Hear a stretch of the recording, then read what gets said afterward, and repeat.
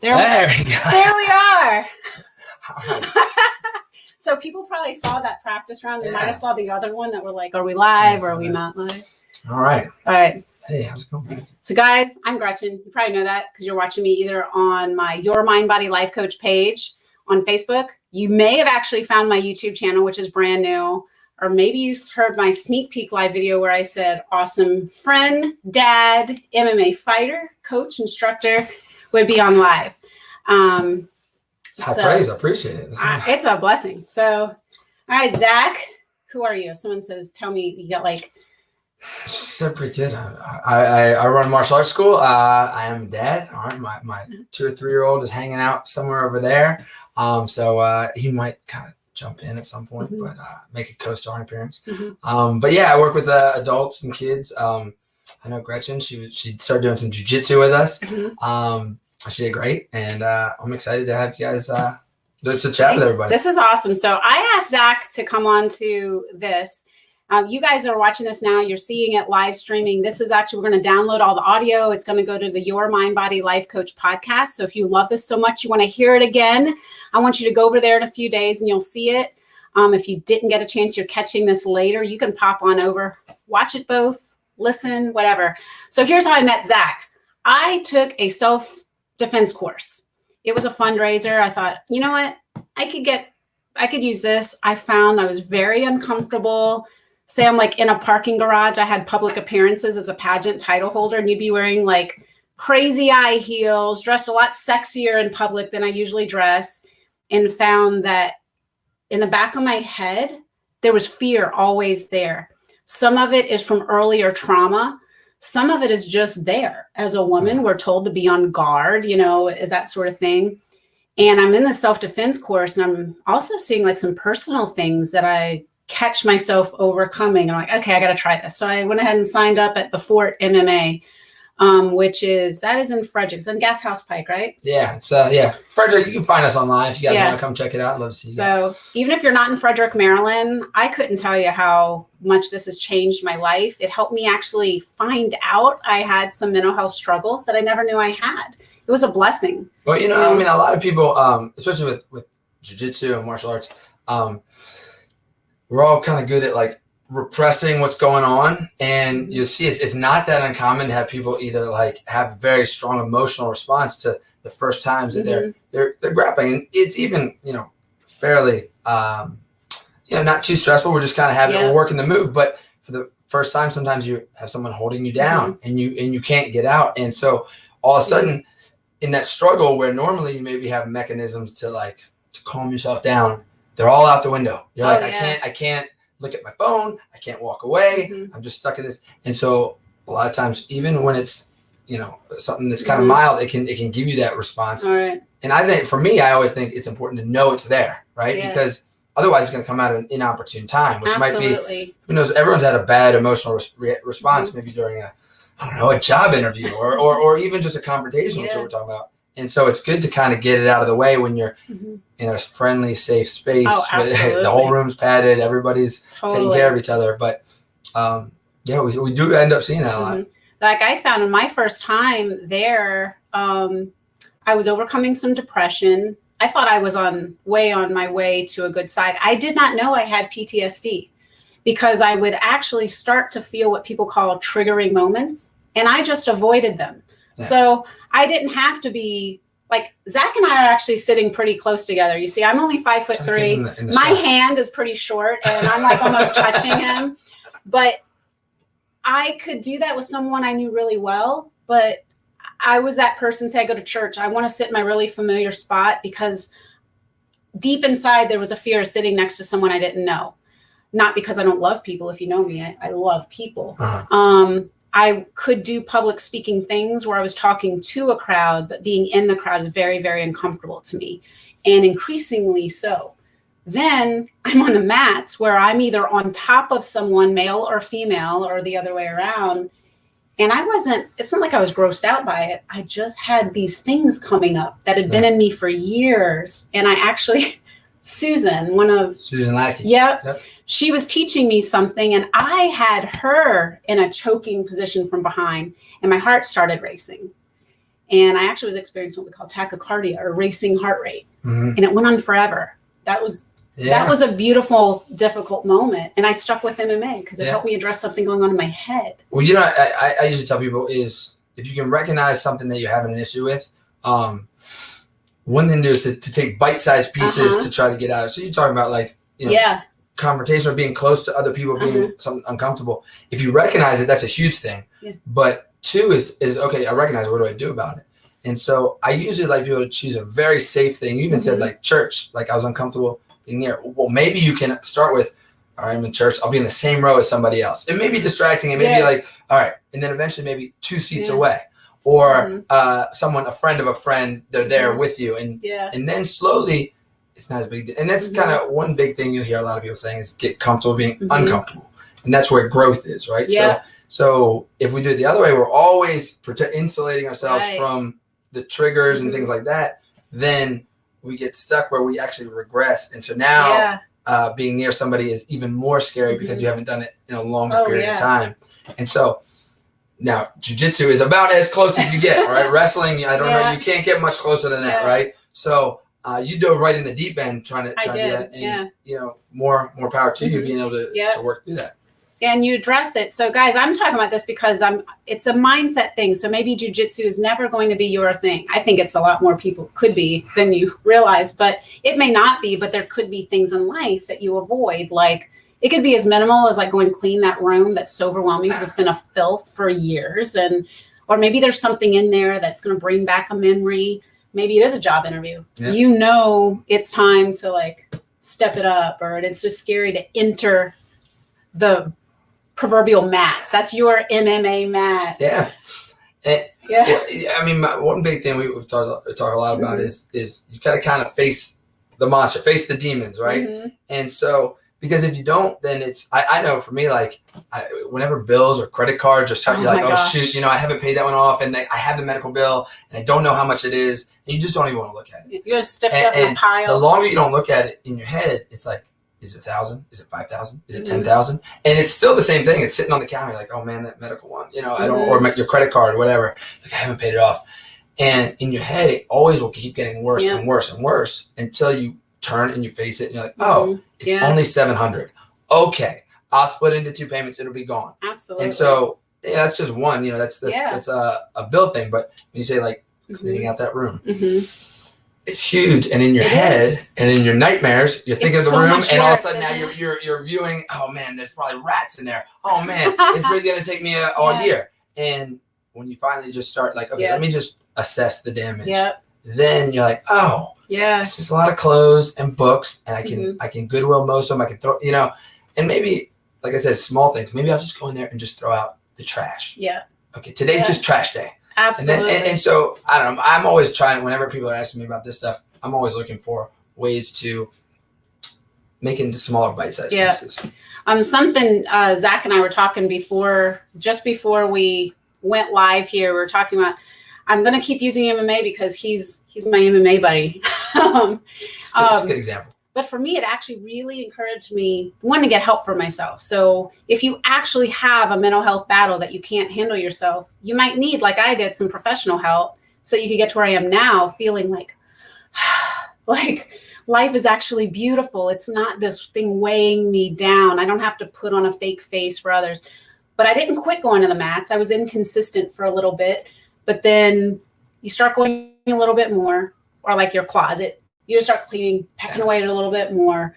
And what I found was something you were talking about. Some people, like they've done another sport, or they think they're all that in a bag of chips. Oh. So their mindset isn't where mine was, feeling insecure, scared. Theirs is not having a healthy dose of fear or respect of the sport or the station in life. Yeah, one of my favorite things is they talk about jiu-jitsu, and this is a lot of things. Anything that's very difficult.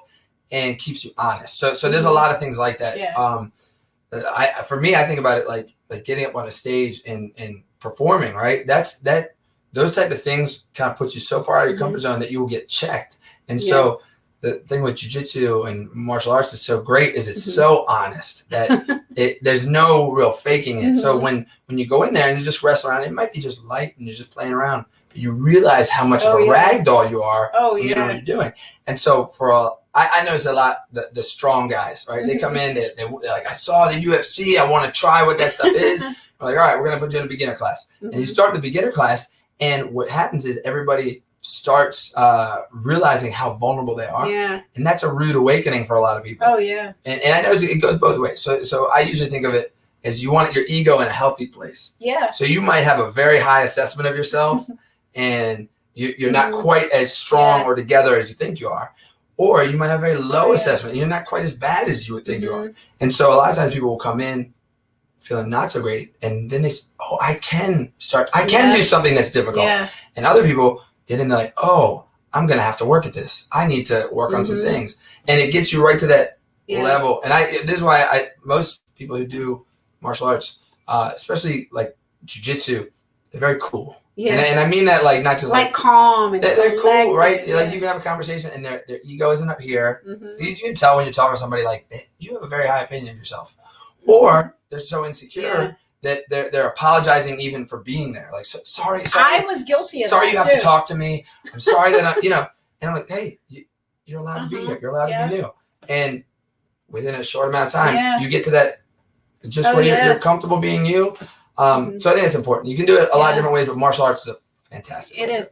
And guys, like whoever's listening, by the way, if you are commenting, I apologize. I can't see what you're commenting. And I am still figuring out StreamYard. The reason I'm using StreamYard to stream for you guys is because I can reach more people. The sound quality is better. It's a benefit to my friend on here. Video quality is way up for this compared to another way. So I will catch your comments on the flip side. Still comment. We're going to catch you there. But I find that this is so true in so many things. When I'm coaching someone to lose weight, sometimes they'll like, okay, I don't want to start because I'm not in shape enough yet to start an exercise program. And even though I know better here, I did that with the mats too. I think I had just started the week, or I'd only been a member of the Fort for 1-2 weeks. And I went in on a Saturday to lift. And I did know there was an open session where I could go in and grapple with whoever was there. And I peeked around the corner, made some inadvertent eye contact. I mean, oh crap, they know I'm here. Yeah. And then I hurried back in and I'm like, okay, I'm just going to deadlift. I'm going to make myself, in my head, that actually was going through my head. I'm just going to make myself busy doing something else productive, even though it's not in my heart, what I really know I probably should be working on. So sure, my legs and my butt were sore from what I did, but what I really wanted deep inside was to hit that. So I go back to class a few days later during the week, and one of the brown belt guys, black belt, whoever it was like, hey, I saw you Saturday. Why didn't you come join us? And I was like, you know what? And that's what I said. I was like, all I saw were like brown, purple belts out there. And I didn't want you guys to feel like you're having all like, teach me. Yeah. And he said kind of what you're saying. Like, yeah. Well, I mean, a lot of people don't realize this because whenever you're new, you're like, I'm new. I'm a burden to everybody else. You guys know what you're doing, which is also, from someone who's done a long time, I know there's a lot of people who don't know what they're doing yet, right? Yeah. So they're, you might think, oh, you've been here 10 days, you must be an expert.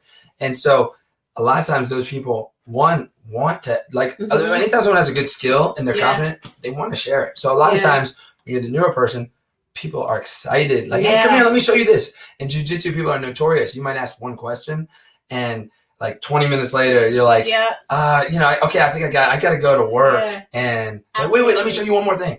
Yeah. So a lot of times people are just so excited because it's been good to them that they want to share it with everybody else. Right. Like people will wait to start a workout program of any kind. They're thinking, okay, you know what? When I could walk 1.5 miles fast and I'm not winded, then I'll start whatever. Yeah. Or and that happens a lot of times with. I generally tell people, I was like, the best way to get ready to do jiu-jitsu or kickboxing is to start doing it, right? Absolutely. And a lot of people have like this expectation, like when I start, I need to be good. And we have it like in big print, like you don't have to be great to start. You have to start to be great. Absolutely. And because that's the biggest thing. Oh, look, I can see Gabe's talking. Okay. We can see. Gabe, you're sorry. So Gabe, you're the last person I was able to actually grapple with before I realized I had a hip condition, which turns out I've probably had this most of my adult life. Is just a traveling. Gabe was the last straw. No, it's apparently an airplane ride or carrying a suitcase was, but so true. And this is a great example. So Gabe's on here. Gabe was always a probably the first one to say, hey, you know what, we work on this, stay 15, 20 more minutes, and I'll work on that. And I had to be in a frame of mind that sometimes you could be too humble.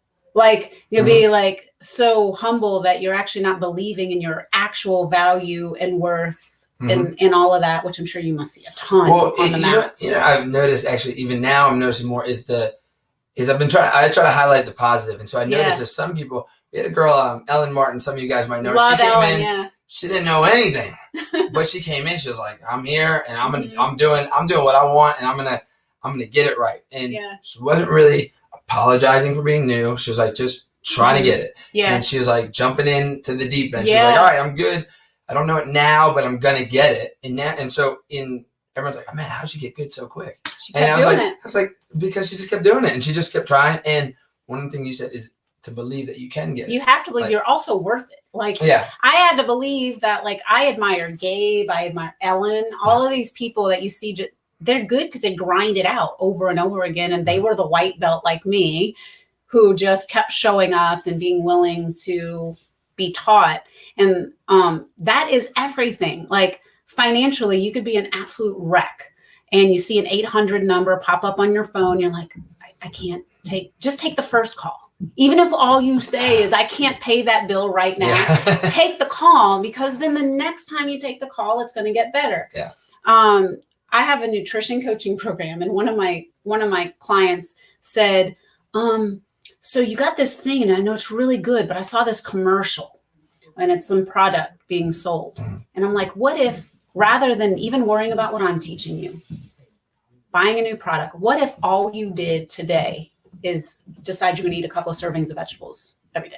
Yeah. Like there's no gimmick. It's just taking the first step toward what you already know you need to do now. So like for me in the mats, I already know in my head, as soon as I get the all clear, I just need to show up on the mats again. Yeah. And and sometimes just, if you set, I don't want to, you don't want to undershoot, but if you set low marks for yourself to hit, and I generally think, what are the good things you can do that you know you should be doing and that you're willing to do, right? So that you don't want to set like, I really should just drink, whatever, just water, no sugar, no carbs, none of this. I'm going to start working out every day. I'm going to, and that's such a big task that you're like, I'm going to do all these things, but we're going to start it tomorrow.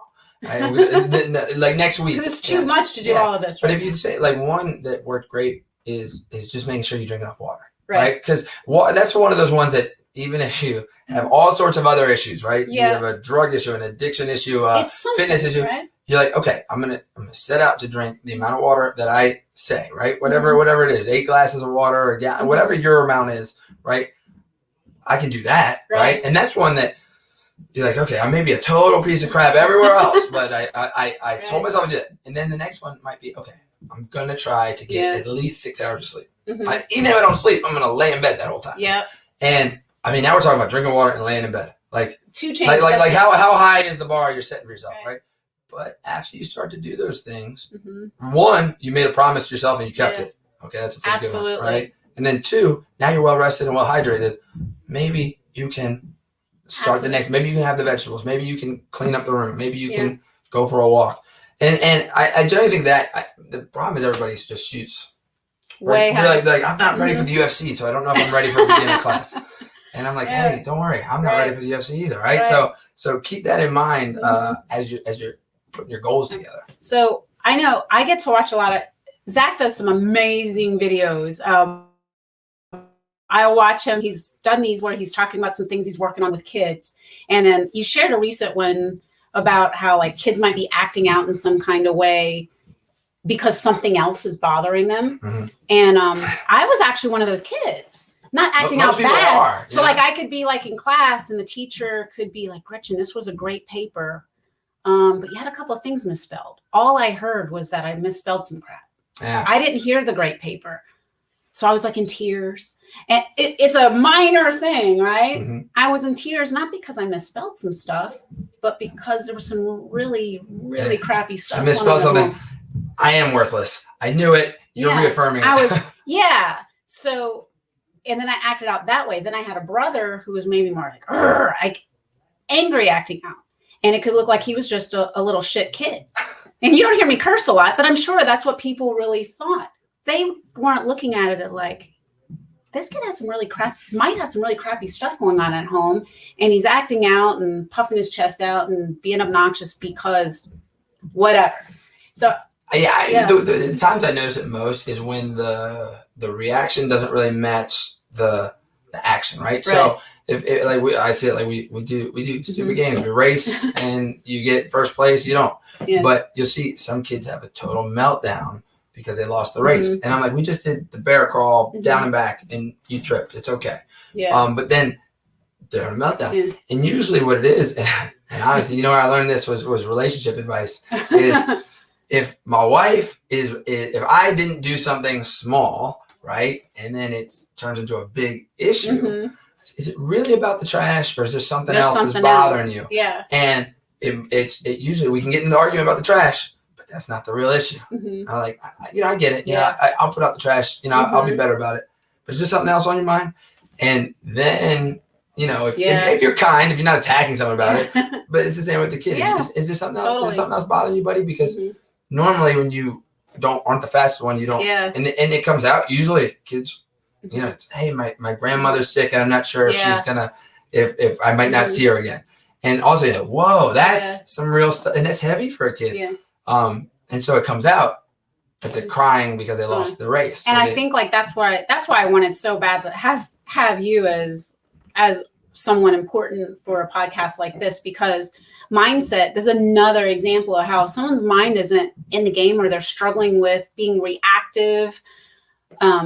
Or in my case, I would cower away so that I wouldn't get an opportunity to have a reaction. Yeah. I just avoided it. I stayed in the weight room so that I wouldn't feel inferior, and it helped me overcome it by just keep going back. And people take refuge in their strength. Yeah. And it's good to have areas you feel confident in. Yeah. Like for me, I've been doing martial arts. So if I feel insecure about something else, I'm like, I just need to train today. And I go in, I'll feel great because I did really good. But that's good, for some things. But sometimes you're avoiding important things, discussions that need to be had. And so it's good to have healthy ways. Working out is a good way to do it, right? Yeah. And you can start to separate like the minor issues. I got cut off and someone's mad. And from the bigger issues, those are ones that remain. And so, actually our Pastor Randy was saying, you want to have a more honest relationship with reality. Yeah. And that kind of resonated with me. I was like, whoa.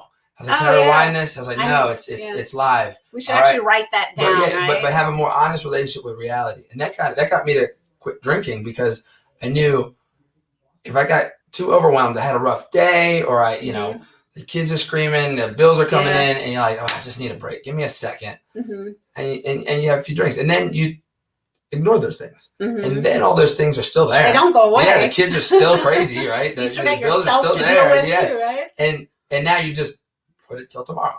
And now it's, it's worse. Yeah. And so what you're doing is you're having a less honest relationship with reality. And that kind of really stuck with me is that actually get in tune with what's actually going on. And then good or bad, it's there anyway. So then you realize it's not as bad, and you can actually start to unpack it, and that's helped me a lot. And honestly, anyone listening to this, if you wanted in an ideal situation, my hips all healed up, where I'm strong is in the weight room.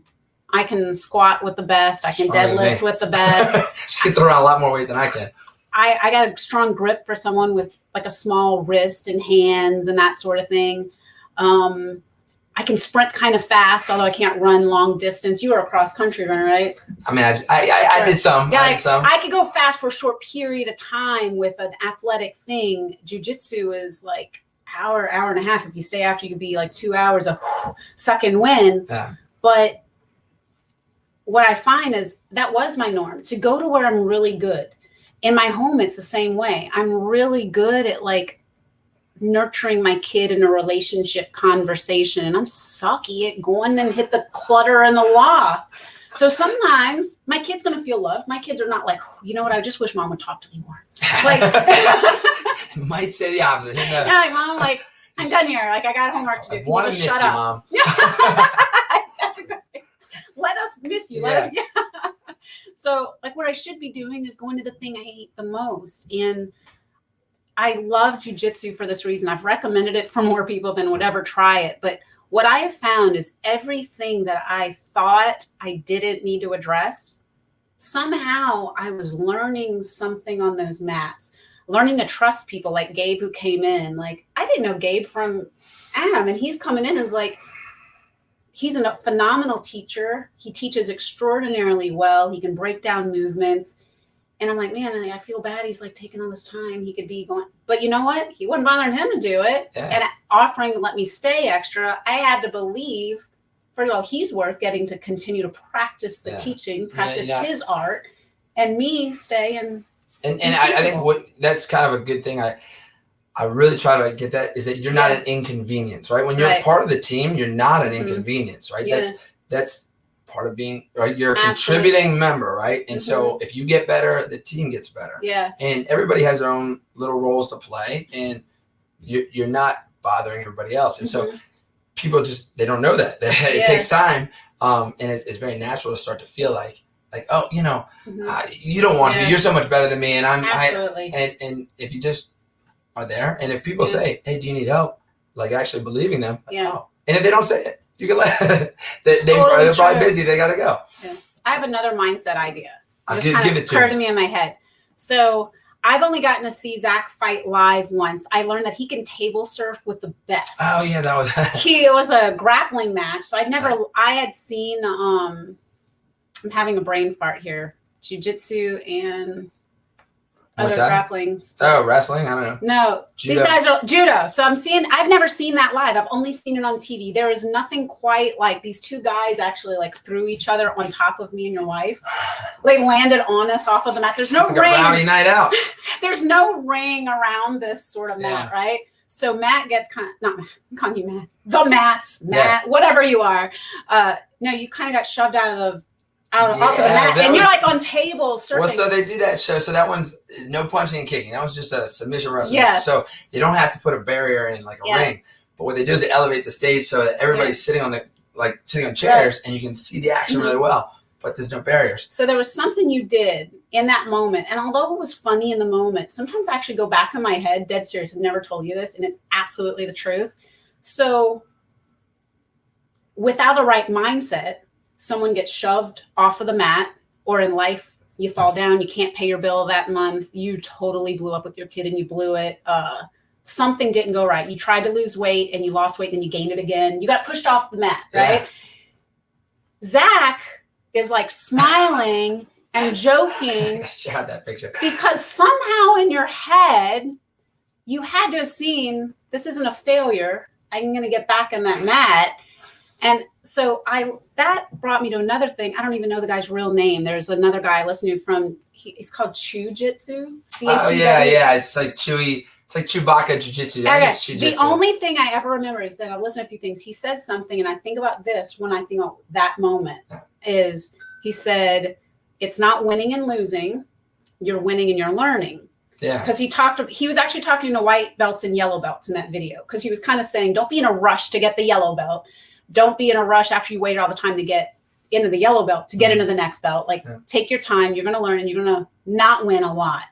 But in life, it's like that. So I thought I'd ask you, like, that fight didn't go your way. Yeah, it was but you were, I'm sure it didn't feel great. Yeah, I mean, you always But how do you move past that to get from like, this didn't go my way, to not thinking like that, to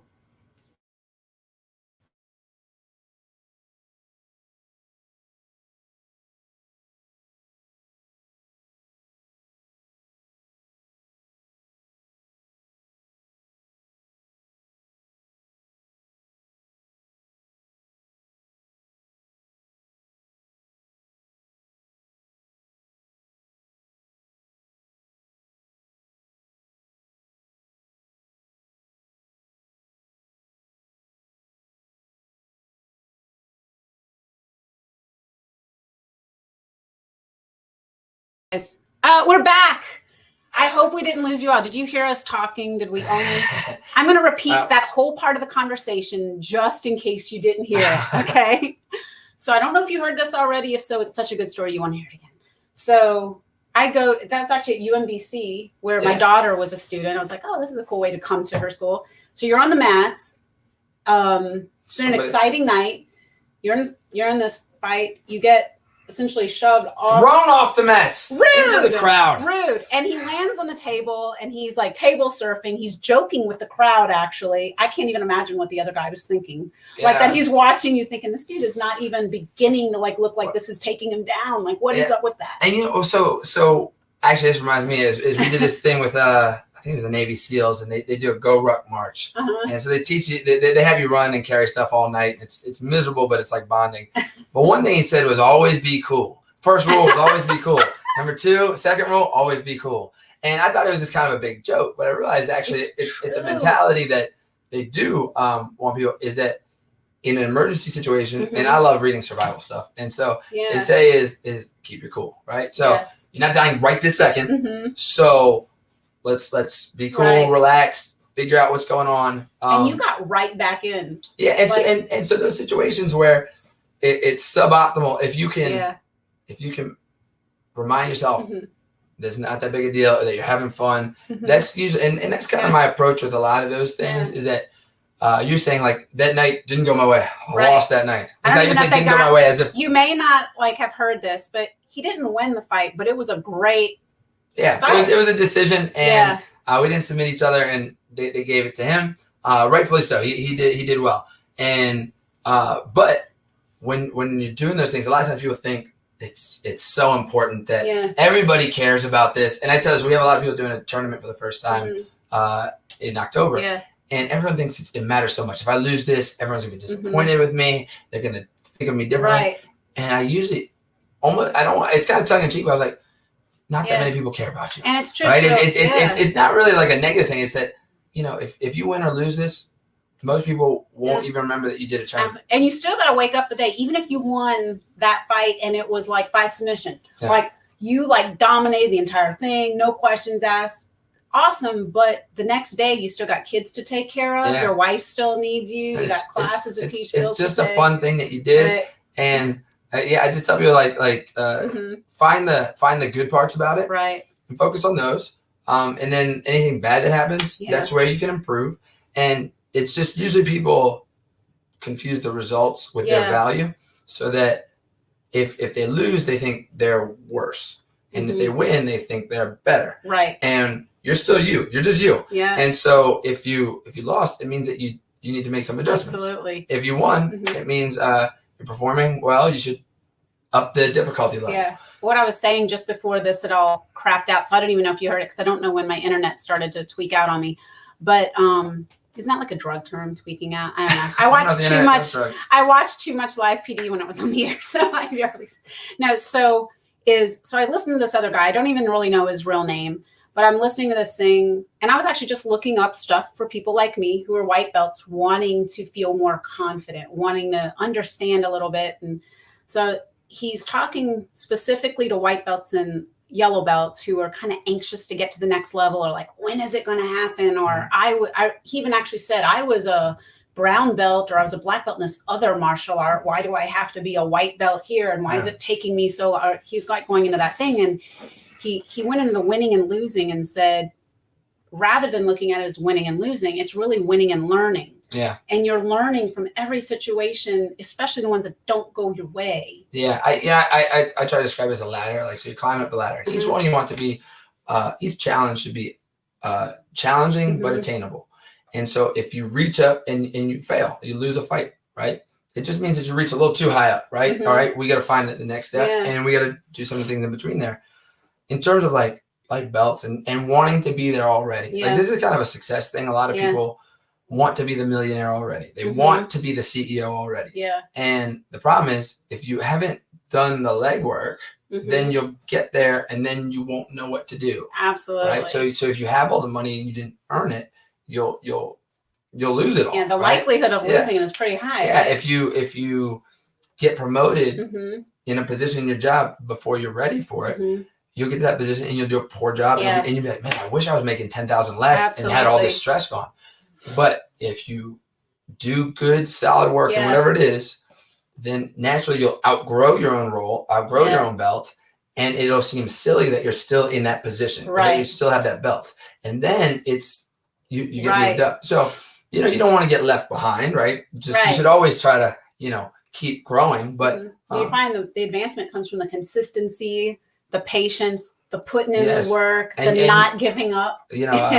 Danny, he's a CEO of Soldier Fit. He's a great example. He's always trying to grow the business, and you always want to grow it as fast as you can. But you'll see that the thing that makes the difference is the consistent effort. And by doing that, you learn the ins and outs of the business. Top to bottom, what the sales pitch is, what the computer system is, what the internet password is. And so then as you get to a bigger position, and you try to make bigger decisions, everything. Absolutely. And so you can make the best decisions. I have a lady that worked with me. I did this challenge, and it was just a 1-week challenge. I was introducing my renewed self, the new business of what I'm doing. And one of the ladies was sharing with me privately, I would offer for these ladies, they got coaching a lot. I gave them so much in 1 week, but including one-on-one life coaching focused on nutrition and exercise. But something that she had shared is she's like, I would lose 20 pounds and then I gained 30. I lost 100 pounds once, then I gained 110. And it was this constant back and forth. And then I realized what was happening is in her weight losses, she wasn't experiencing the winning. Does that make sense? It wasn't a mindset change. It was just a tangible goal. So I think sometimes whatever it is in life, the weight loss, the belt, if you're not paying attention to the whole journey it took to get there, the changes you made in life, the believing that you could do it, because you're not going to do it if you don't think you can, or if you don't think it's worth it. And that could be a reason we either keep repeating mistakes or we just quit. I think Danny shared it. Someone at the fort shared something about the number of people like white belts that don't make it to yellow or they just quit. It's pretty high. And I heard that. I'm like, I can't be one of those. I can't be one of those. At the time, I was like so consistently inconsistent and showing up. I'm like, so there's a lot. I have so many thoughts on that. I'm getting. Sorry, I was talking. No. I know it's great. Usually when you choose something difficult, there's a lot of things that are easy. Like you want to try out ping pong. It's not something that's going to have a high attrition rate when you start out playing ping pong. It's fairly easy. Now, I'm sure there's levels of competition that's very hard. But with jiu-jitsu, if you've chosen to take on a difficult challenge, you should expect that it's difficult. And so that's the reason it's valuable. And so there is a high attrition because it is difficult. And so I kind of try to tell people to embrace that part of it, that it is difficult. In terms of so I mean, the working through it, that challenge is the big part of it. So I usually think about that when we're taking on those ones. In terms of the people not feeling the wins, I usually think it's that they're looking too far in the distance of what's right in front of them. Right. So, I mean, even wins might be that you didn't go out to eat as much as you did before. And you're like, I saved $100 this week. That's a win. Right. I went for more walks with my dog, right? I spent some time with my kids. Those are the small wins that you have. If you lost 20 pounds, you're moving a little bit better. And so if you look at those things rather than I lost 20, but I have 100 to go. Right? It's focusing on that'll happen if the mindset switches. And we can get so focused on a huge tangible goal, like the big one. So in my case, if I'm looking at jiu-jitsu, to be getting out of the white belt. He's like sliding around. I'm turning myself. We keep bumping legs over here because we're sitting so much closer than it looks to you guys in there, just so that he can actually be seen. He's got a big head. It sneaks off camera. He's also a lot taller than I am. But all of the tiny things, we could focus so much on something tangible that the reality is that white belt that's hanging on a hook in my closet, it just reminds me that eventually I get to return to the mats. But if this house burned down, God forbid, that would be awful. That belt burns with it, right? It's just a tangible thing. But all of the times, for like $5. All of the times I was on the mats that I learned that I'm stronger than I thought I was. Or if I breathe, if I slow down, I can handle the overwhelming feeling of someone being much bigger than me and think I'm like my scariest place. Scariest for me is when I'm in a guard. I get so scared that keeps me from getting out. Not the difficulty, although it's tough. It's the fear. It's the mindset. It's what keeps you from paying off your debt, losing the weight. And you actually, you said it's something I've been thinking about a lot is that if you lose the tangible thing, the belt. Mm-hmm. And a lot of times, a lot of people think that's like the valuable thing, like Right. like the whatever, Yeah. the I'm looking around the couch, the TV, right? Mm-hmm. All this stuff you can lose. But the valuable things are the things that are internal, right? So it's actually like a lot of times you're like, well, I had this experience, but I don't have anything to show for it. Well, that's not the important thing, right? If you have a T-shirt that says I did this race, the T-shirt's not the important thing. It's that you did this and that you became stronger from it and you became a better person. So the experience is the thing that's the important thing. A lot of times you're like, what do I have to show for it? But your skills, your strength, and a lot of the internal things that you've overcome. Yeah. Even if, like I said early on, jiu-jitsu may not be your thing. I know very small percentage of the population wants to do it. A lot of people think it's a lot scarier than it really is. I would take jiu-jitsu personally over running a 5K any day. There's more of a game to it. Jiu-jitsu to me is like a race is like, all right, my strategy is to run fast. And if I have to change my new strategy is gonna run faster, right? And so maybe I'll run with my arms like this, right? Maybe I'm belittling running. I've run a lot, but I have kids who are runners. Like so if you're faster than me, what's the next? What's the alternative strategy to trip you? Now, if running is your thing, then maybe it's just that you need to pick a different race that's going to challenge you, or maybe you need to be willing to run with people you don't know. I've said that, and they're like, no, there's a lot to it. Your training methods, your preparation. You're this, and so there is stuff to it. But we're just talking like the life. It's so much more obvious in jiu-jitsu that if, all right, they're really killing me with this. How do I get around that arm? And should I grab the leg? Should I use my elbow? Should I scoot? Should I come up? And so there's a lot of ways to win. So that's why a lot of people equate it. They're like, it's chess, but with your body. So in mindset, so thinking of like whether it's in the mats in your life, you're a dad. There's 4 or 5 kids. Four. And your wife is amazing. She's awesome. She's my girl crush. She's my girl crush too. Shocking. Now, Courtney is she's such a real, we say that so much that it's cliche, but she's a what you see is what you get. She's the same person on the mats that she is if you run into her in the grocery store. You're telling her my wife was real. She does exist. She's not imaginary. You can squeeze her like this and she's right there. No, she's just she is real, I swear, guys. He's not pretending. So real, even like tattooed his finger, I think, to prove that she's forever. Yeah. But that was because I kept my ring kept coming off when we were grappling. And so I would leave it and then I lost it 3 times. And she's like, you just don't like wearing it. I said, I'll just go get a tattoo. These guys, all of you here, you'll know that I'm back on the mats when I'm not wearing this big old rock thing. I used to forget to take it off when I show up. Mess some people up. Take that ring across the forehead. You will. If I go across your neck, it looks like you've been making out with someone. You got a story to tell your wife. Say, no, really, it was this woman. It's like, wait, that's wait, what? We were wrestling. See, she was in the guard. Don't dig the hole deeper. Don't dig yourself deeper in the hole. So I would say, even if you just watch a UFC match, it might not be your thing at all. Watch one. Go find an old one and watch it. Watch when it doesn't look like they're doing much. When someone's in a guard and a bridge for a long time, there's so much thinking. There's so much control of the mind. All of the learning and the losing or the winning over the years all comes in. But life is so much like that. Like I'm just like going to pick up my phone. For a very long time, if an 800 number, I said that before, but that actually was serious to me because after my divorce with my ex, I didn't let myself heal properly and things like that. I fell behind on my bills. Like you said, even if I could pay a bill, it could have been like $30. It just went off to the side.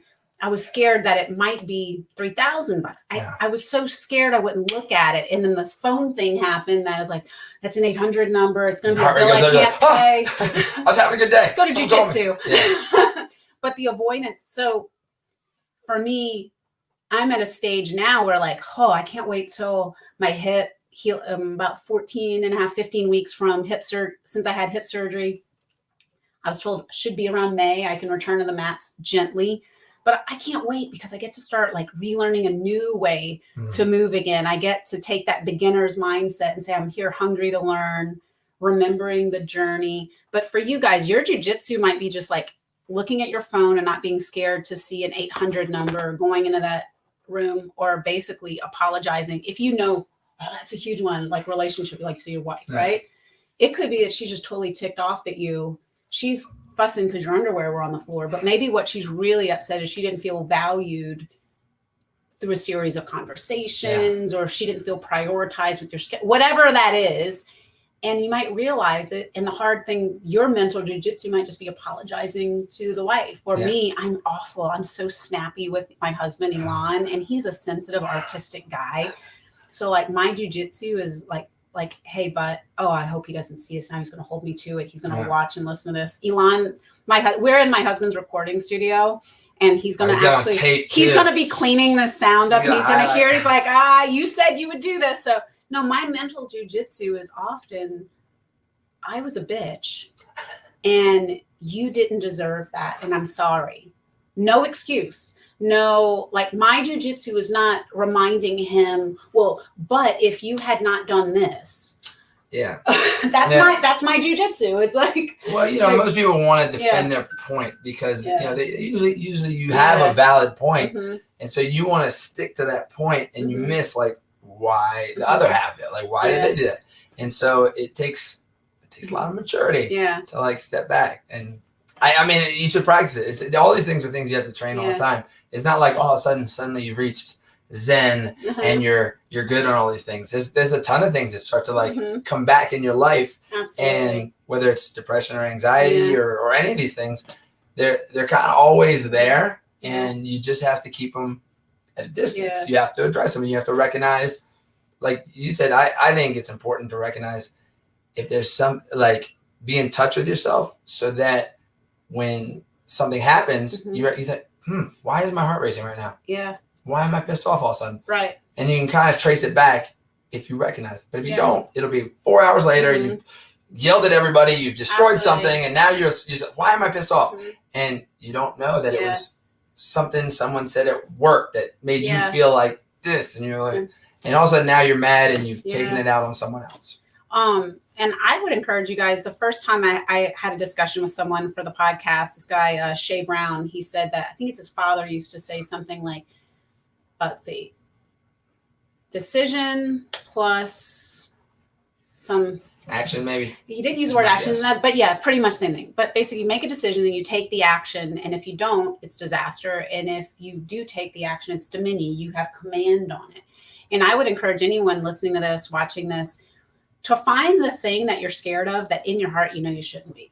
Find the thing that you're ashamed of, that if you just make like tiny little adjustments and just agree to take action on it. I think of it tiny things. Whatever the thing that resonates with you, but with kids, I tell them it's okay, this is a big thing. Yeah. Do the level 1 of the video game. Yes. Like do it on the easy level, which could be a million things, right? Clean your room, right? All right, let's just clean up the books. Those are easy. They're all square, and you can make a big, just put them all away. That's level 1. Okay.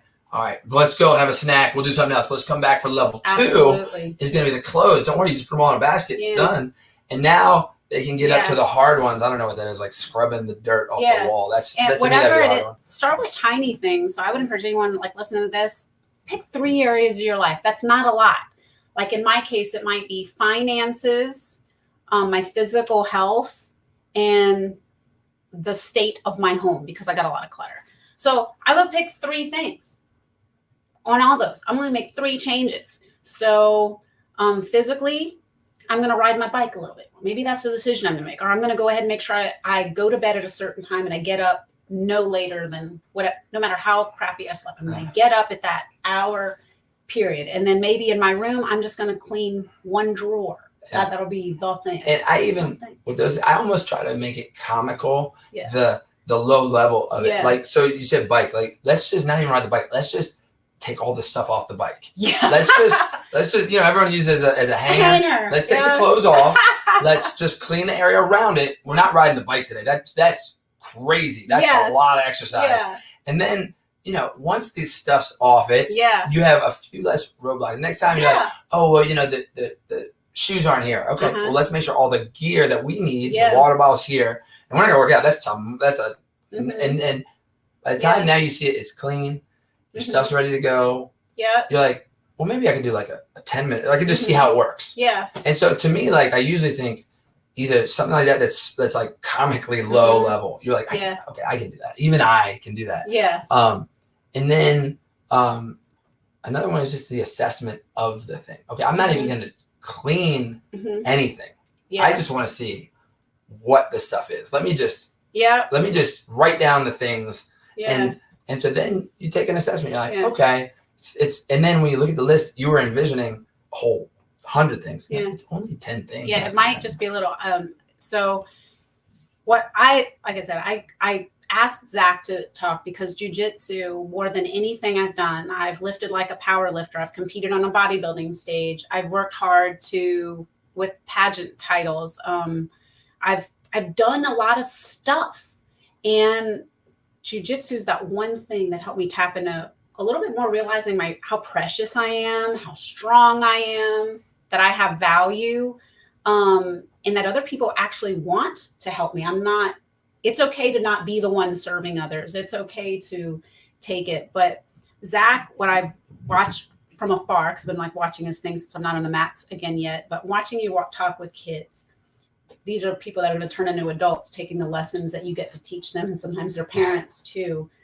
And say, as we start to wrap up here, if you're going to talk to some kids or their parents, and they're like, man, my kid really wants to go on the mats, but I don't know. I don't want them to get hurt or whatever. What is something you think, mindset really? What do you think it is, some of the biggest benefits that you're seeing parents sharing with you or kids sharing with you, they're getting right away? Well, the biggest thing, this is just kind of my philosophy on raising kids. It's not perfect. It's just mine, and it's worked well. Is that it can't make the world any safer, right? Yeah. So you make it a little bit safer. You can buckle the seatbelts. You can, whatever it is, right? But you can only do 1%. On 1%, changing the world 1% is a big change, right? You get a fraction of a percentage on what you can do on the world. But what you can do is you can make a big change in making your child or your student or somebody stronger. Yeah. And so they're gonna go out and they're gonna play. They're gonna climb things. They're gonna jump off things. They're gonna meet other kids. They're gonna do a lot of things. And what you can't do is make sure all those scenarios, or you'll drive yourself crazy. And there's plenty of people who have. You're going to make sure all those scenarios, you're not going to be able to control all those things. Yeah. And even if you can, until the age of 12, 13, 14, eventually they're going to have to go out into the wild. Yeah. And if they haven't learned how to, and I just think if they haven't learned how to balance on something, right? I let my son balance on a log, right? I'm there to catch him if he falls, but I want him to be good at balancing, right? I want kids to be comfortable defending themselves. I want them to be comfortable moving around, talking to other kids. I want them to know how to interact in the world rather than try to cater the world to the child. So the big thing we do in martial arts is try to get kids ready for the world, right? Instead of getting the world ready for the kids. Absolutely. And so then they can go out and confidently, okay, I've done my martial arts class. I know how to talk to the other kids. I'm proud to introduce myself so that now when they go to a new school, it's all strange kids and mom, dad, you can't be in there, making sure nobody's saying mean things, but you can make sure your kid feels good about themselves. Right. So when someone does say something mean, it doesn't devastate them. It'll hurt their feelings, but it won't crush them. And they're getting regular weekly practice, learning to respond rather than react, and got parents of little girls or little boys that you want to treat little girls well. I would sometimes show up a little bit early because I like to watch and work with the little kids before my class, and to watch these boys and girls of all ages, from tiny little ones to middle school, high school, treating each other like people, not looking at girls as objects to toys, or whatever it is, whatever we don't want our little girls to grow up as women thinking they are, boys treating them like. It's a beautiful way to see both of these genders together as equals in a beautiful way. Yeah, the girls can throw down. The girls are really excited when you just let them rip, and they just kicking the bag, or you have them wrestling the other kids. They don't always get a chance to do that in other and it's a beautiful respect. There's a special respect if you want your younger people to treat someone kind of in charge of a situation, a teacher, someone who their boss one day, with kind respect. It's a great way to learn. And but on the mindset, guys, it is this. We're learning in life, and you're either practicing not making the decisions that are best for you or that make you better than you were yesterday, or you're not. And I think Zach's been a really good example of that. As I watch him as an instructor, I know he's not God and he's flawed, and I'm sure he really screws up and ticks his wife up. And as a parent, he's going to screw up. Sometimes we all do. But you watch the way he talks to people, the way he loves his wife, the way he parents his kids, and you know that your mind's in a good place overall, and it's so much to learn. So, where's someone going to find you if they want to? They're in this Frederick area. Maybe they're in Maryland. Maybe they're like in Montgomery County, or they're not around. We're in Frederick, Maryland. Look up the Fort MMA. We're in the same building as Soldier Fit. If you guys want to come out, we'd love to have you. Come in. We do free classes. You try it out. You got to try it out to see if you like it first. Yeah. Or you can find me on Facebook. Yeah. All right. Thank you guys for listening in. And if you're not in this area, but you really like a lot of what Zach has to say, he puts a lot of awesome content, video content, where he's sharing a lot of what he's working on with these kids, especially. So thank you guys for tuning in. I am Gretchen. I would love to be your mind, body, life coach. He'd probably love to be your jiu-jitsu MMA instructor. But next week, I've got something new coming on. I'm going to be talking about mindset in marriage. And I'm totally trying to convince Iman to join me, my husband. So some fireworks. I just totally put him on the spot because he didn't know I was saying that. But mindset and marriage, that's its own jiu-jitsu of another kind. But anyway, thanks again for tuning in. I got to see Gabe writing a comment. So if anyone else had any questions or whatever I didn't answer, I'm going to see you on the other side. Take care, everybody. Bye.